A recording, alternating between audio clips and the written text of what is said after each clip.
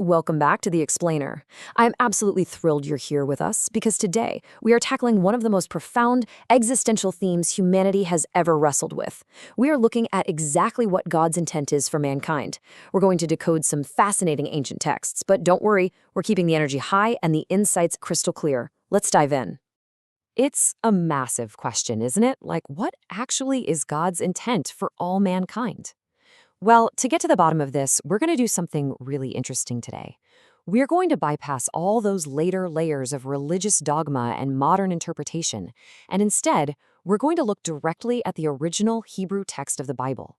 By focusing strictly on the foundational words and what they historically meant, we're going to uncover a fascinating blueprint for humanity.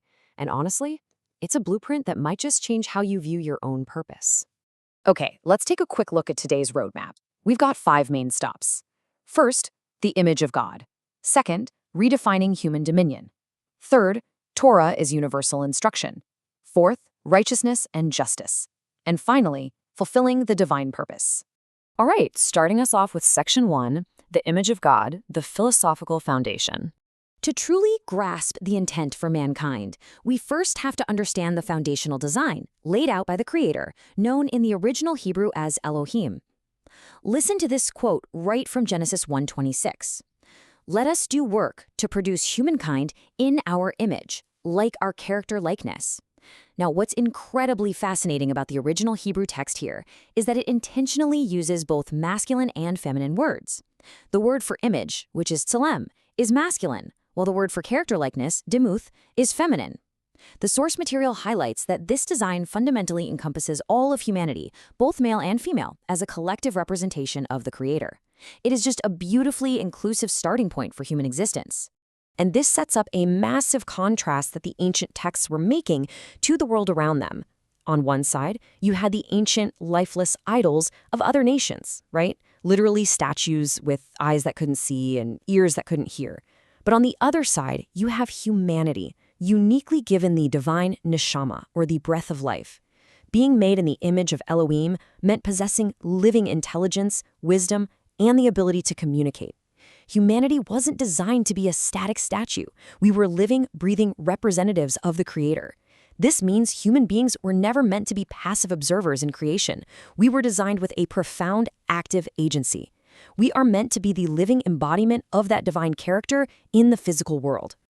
Which brings us to section 2, redefining human dominion, the practical mandate. So, how does carrying that divine image actually translate into what humans are supposed to do every day? The texts outline a very specific, logical progression of mandates for mankind. First, to be fruitful and multiply, to fill the earth. Second, to subdue the land, which in Hebrew is kavash. This means to be firm over the land, to protect and rehabilitate it so it yields a harvest. And third, to have dominion, or your due. Ultimately, this entire sequence culminates in the profound responsibility for humanity to care for all living creatures and the earth itself.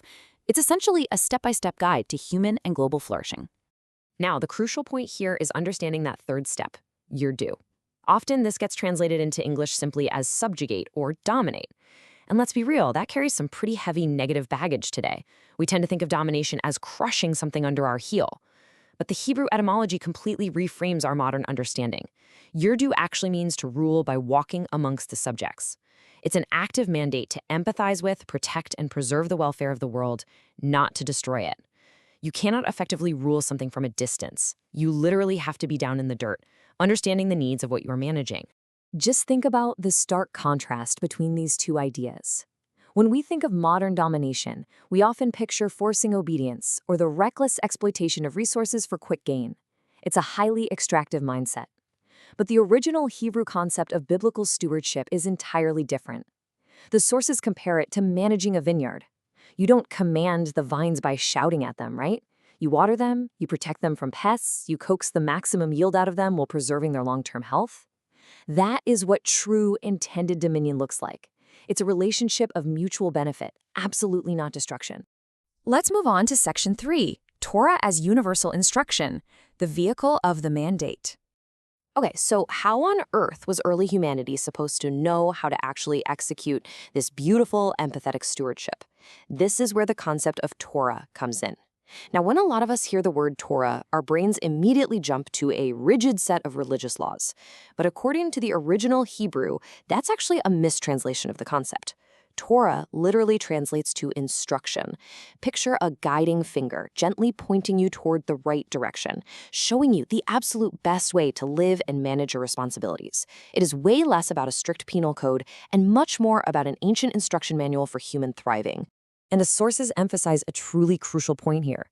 God's Torah, these guiding instructions in Genesis, they were given to all humanity.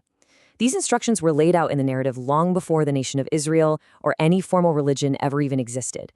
This mandate to care, to steward, and to protect was a universal blueprint meant for every single human being on Earth. It doesn't matter where you're from or what background you have. According to these texts, this manual was written for you. Let's see what that looks like in Section 4. Righteousness and justice, the action. We know the mandate, we know the instruction, but what did this actually look like in terms of an actionable moral framework for early humanity?